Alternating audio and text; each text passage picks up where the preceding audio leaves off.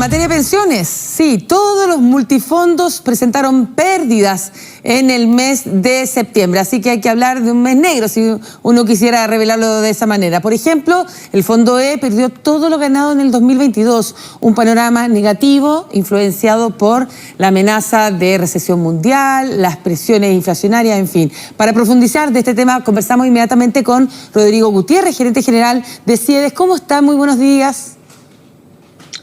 Hola, buenos días, Mariane, ¿cómo estás? Bien, gracias por darse el tiempo de poder conversar y aclarar a quienes nos están viendo y escuchando la situación, sobre todo de los multifondos. Todos los multifondos de pensiones terminaron entonces con pérdidas en septiembre. Entonces, ¿qué se vislumbra en el escenario a corto plazo en esta materia? Bueno, estamos viviendo tiempos excepcionales, estamos viviendo tiempos malos para los ahorros de los chilenos en materia de pensiones. Durante el mes de septiembre todos los multifondos presentaron pérdidas, desde el fondo más riesgoso, que perdió un menos 2,01%, el fondo más conservador perdió menos 3,23%. Esto muestra que en el acumulado del año el fondo A acumuló una pérdida de más del 17%, y en el caso del fondo E, que era el único que llevaba un rendimiento positivo acumulado hasta el mes anterior, vemos que con estas pérdidas del mes de septiembre también acumula un resultado negativo en el año.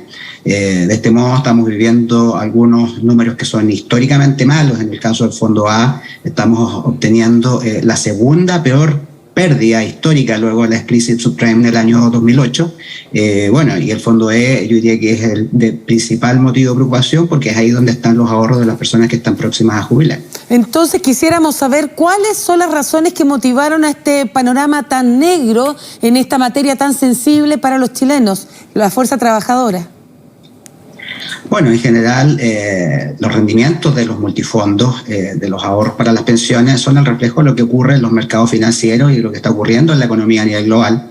Sabemos que en general los rendimientos de los fondos dependen de los instrumentos en los cuales estos están invertidos.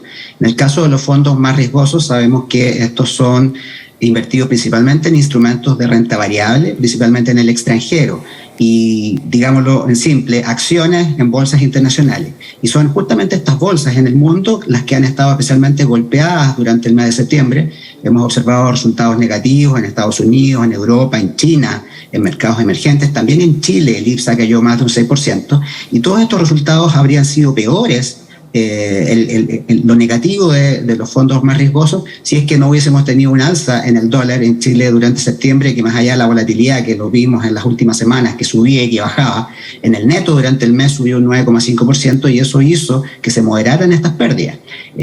Por el lado de los fondos más conservadores, sabemos que están invertidos principalmente en instrumentos de renta fija y principalmente en Chile, llamémoslo bonos, a nivel local, y esos han estado afectados directamente por las tasas de interés locales.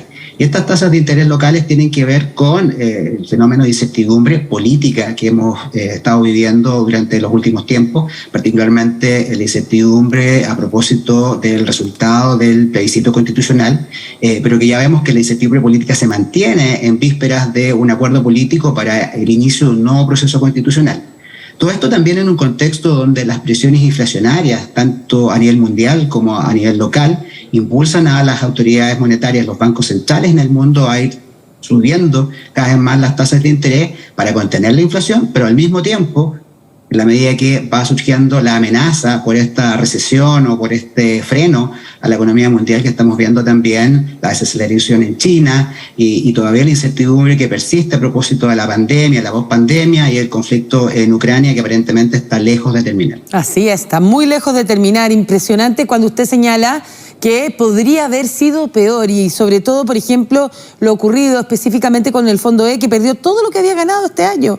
Entonces, ¿qué se puede esperar, sobre todo a pesar de este escenario tan negro? ¿Cuál sería, a partir de hoy, el fondo menos riesgoso para perder lo menos posible?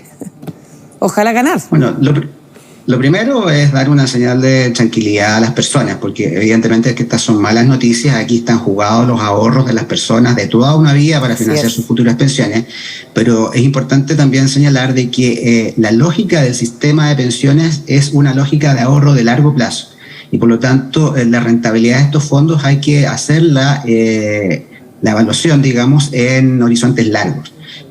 La evidencia estadística muestra de que los fondos más riesgosos, por ejemplo el fondo A, tiene una rentabilidad promedio anual del 6% desde su creación, y el fondo E también tiene una rentabilidad positiva promedio anual del 3%. Entonces lo que estamos viviendo son efectivamente tiempos excepcionales que se vienen ya arrastrando hace bastante tiempo. Recordemos que en Chile, desde el estallido social a fines del 2019, pero luego con el tiempo de la pandemia, el 2020, la economía global se vio fuertemente golpeada, los mercados financieros también. A nivel local, la incertidumbre política en el contexto de la pandemia y en el proceso constituyente, y por efecto también de los retiros de fondos previsionales, son un conjunto de elementos que han afectado los mercados financieros y el rendimiento de los multifondos, pero la verdad es que esto en el largo plazo hay que mirarlo positivamente, hay que tener paciencia, calma, y quizás lo que sí es válido entender y preocuparse es lo que está pasando con las personas que están próximas a jubilar y que están viendo enfrentados estas pérdidas para el fondo E. Nosotros observamos, por ejemplo, que durante el año 2020 y el año 2021, primero en el contexto de la pandemia, el 2020, y luego el 2021, en el contexto de los retiros de fondos provisionales, el fondo E tuvo caídas significativas que hicieron muchas personas postergar este trámite de jubilación. Durante este año hemos visto una recuperación en el número de nuevos pensionados, básicamente a partir de que todos quienes habían postergado este trámite en los años anteriores empezaron a hacerlo. Todo esto en un contexto de recuperación, un mejoramiento de la rentabilidad del fondo E, mejores tasas para el cálculo de estas futuras pensiones, el surgimiento de este nuevo beneficio que es la pensión garantizada universal. Pero así y todo, hoy día la mala noticia en el mes de septiembre es que el fondo E pierde lo ganado durante este año y por lo tanto quizá sería prudente plantear que quienes están pensando en jubilar esperen, en la medida que puedan, algunos meses para observar algún tipo de recuperación en este fondo. Bueno, ya, y quienes están ya jubilados desde hace años, ¿dónde poner los huevos en la canasta entonces en estos fondos menos riesgosos, ya que sabemos que el efecto va a ser a largo plazo? ¿Qué le puede aconsejar usted a todos ellos? No, lo primero es estar informado. Yo diría que en general hace algunos años atrás las personas tenían bajo nivel de conocimiento respecto al sistema de pensiones.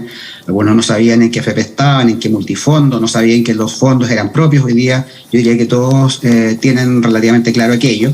Y lo que queda entonces es tomar una buena decisión respecto del multifondo que les corresponde. ¿Y cuál es el que les corresponde? Es el que se ajusta a la edad, es decir, las personas jóvenes que tienen horizontes largos todavía para que este ahorro se materialice y se rentabilice en el largo plazo, puedan optar por fondos más riesgosos, y que las personas, en la medida que se van acercando a su edad de jubilación, vayan transitando hacia estos fondos más conservadores. Nos recomendamos en general hacer movimientos de corto plazo de un lado a otro esperando revertir pérdidas o ganancias, porque es difícil anticipar, es difícil ganarle el mercado, y lo que podríamos solamente recomendar en este momento es que las personas que están próximas a jubilar evalúen personalmente esa decisión en función de sus intereses, de su situación particular, familiar, si es que acaso pueden postergar por algunos meses este trámite a efectos de intentar recuperar algo de las pérdidas que hemos venido observando en el fondo E, muy excepcionales, como digo, ya hace un año y medio.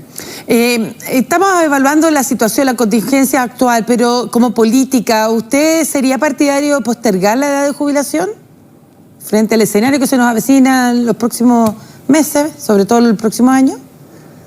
Sí, sin duda alguna. Esto es un tema técnico. Sabemos de que el sistema político ha sido reacio a esto porque considera que hay un costo político de cara a la ciudadanía en términos de hacer este tipo de propuestas de política pública. Pero desde el punto de vista técnico, yo diría que hay bastante evidencia y consenso también de la necesidad de postergar o más bien cambiar la mínima legal de retiro hacia una edad que esté mucho más en línea con lo que es el cambio demográfico en el país. ¿Cuál sería esa edad para saberlo en mujeres y hombres según lo que usted plantea? Entrar más yo diría que será un consenso que se tendrá que dar en el ámbito técnico como político, pero lo que sí es claro es que hoy día la esperanza de vida de una persona, una mujer que por ejemplo podría jubilar a los 60 años es de 90 años, o sea, le quedan 30 años por delante que debe financiar en términos de sus pensiones, y en el caso de los hombres un poco menos, en términos de que la esperanza de vida es menor y la edad de jubilación es mayor. Pero mientras la población chilena envejece, y esto existe evidencia estadística, empírica clave y contundente, hace un par de semanas atrás el INE mostró un estudio respecto de esto. Lo que estamos observando es un envejecimiento acelerado de la población en Chile, lo cual es propio de los países en vías de desarrollo. La natalidad disminuye, la esperanza de vida aumenta y por lo tanto el desafío de financiar pensiones es cada vez mayor. Esto es algo que debiera estar incorporado, esta mirada, este análisis demográfico en el debate técnico respecto a la futura reforma de pensiones, y debiera incorporar un cambio en lo que es la edad de jubilación. Al parecer esto no viene incorporado. Nosotros creemos que sí es algo que debería plantearse por lo menos a las nuevas generaciones que recién ingresan al mercado del trabajo, porque de lo contrario tenemos un problema que es cada vez más difícil de resolver. De hecho, dicen que los nuevos pensionados de vejez se duplicaron en el mes de julio y alcanzaron el cuarto mayor registro mensual de la historia, 15.497, que era más o menos lo que usted hace alusión frente a la realidad actual y a la menor tasa de natalidad y lo que se nos avecina en esta materia tan sensible y que está tremendamente golpeada, no solo por los efectos que dejó la pandemia, la serie de retiros que hubo y el escenario actual. Por lo tanto, son materias que tienen que tratarse, sobre todo cuando ya los nuevos pensionados de vejez se duplicaron solamente en un mes, en el mes de julio. Sí, es lo que te comentaba hace un rato. En realidad son cifras al primer semestre de este año, en el cual el número de nuevos pensionados aumentó, básicamente por un efecto de lo que hemos llamado nosotros un rezago, es decir, todas aquellas personas que postergaron el trámite de jubilación durante el 2020 y el 2021 lo hicieron durante el primer semestre de este año en el contexto de la recuperación que estábamos observando en el Fondo E durante este primer semestre, mejores tasas para el cálculo de las pensiones y esta suerte de incentivo que nosotros creemos que puede influir en materia de lo que es la creación de la nueva pensión garantizada universal, que podría ser percibida por las personas como una pensión que viene a complementar aún en un escenario de malas pensiones autofinanciadas, que por lo demás hemos visto también que han ido a la baja producto de los retiros de fondos previsionales. Es un fenómeno principalmente, como te digo, de rezago respecto de personas que postergaron este trámite en años anteriores. Además, me gustaría conocer su opinión respecto al análisis que se hacen a través de CIEDES. Esta reforma previsional, el gobierno está evaluando, ¿verdad?, subir en un 50% el tope imponible a unos 4 millones de pesos. Eso es bastante. ¿Qué piensa usted al respecto, frente al escenario que nos estamos enfrentando en esta materia? Sí, son variables, son cambios paramétricos que se plantean en la perspectiva de poder acuñar mayores recursos para poder financiar mejores pensiones.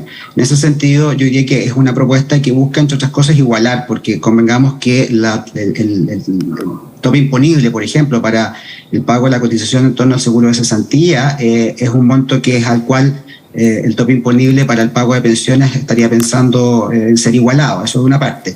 Esto permitiría que las personas de mayores rentas, respecto del 10% que va a la cuenta individual, pudiesen, por lo tanto, aumentar sus saldos, aumentar sus ahorros, pero también, por otro lado, permitiría que aquellas personas que están por sobre el tope imponible, que es del orden del 7% de la población, si mal no recuerdo, también en la medida de que esto también financiarían el 6% de cotización adicional, con un efecto solidario, esta mayor recaudación permitiría entonces también generar efectos redistributivos para el financiamiento de las pensiones de menores ingresos. Un tema tremendamente sensible que vamos a estar muy pendientes de seguirlo. Agradecemos este contacto con nosotros, Rodrigo Gutiérrez, gerente general de CIEDES, que hacen estos informes y evaluaciones muy trascendentales para la ciudadanía. Muchas gracias por esta conversación. Gracias a ti, Mariana. Buenos días.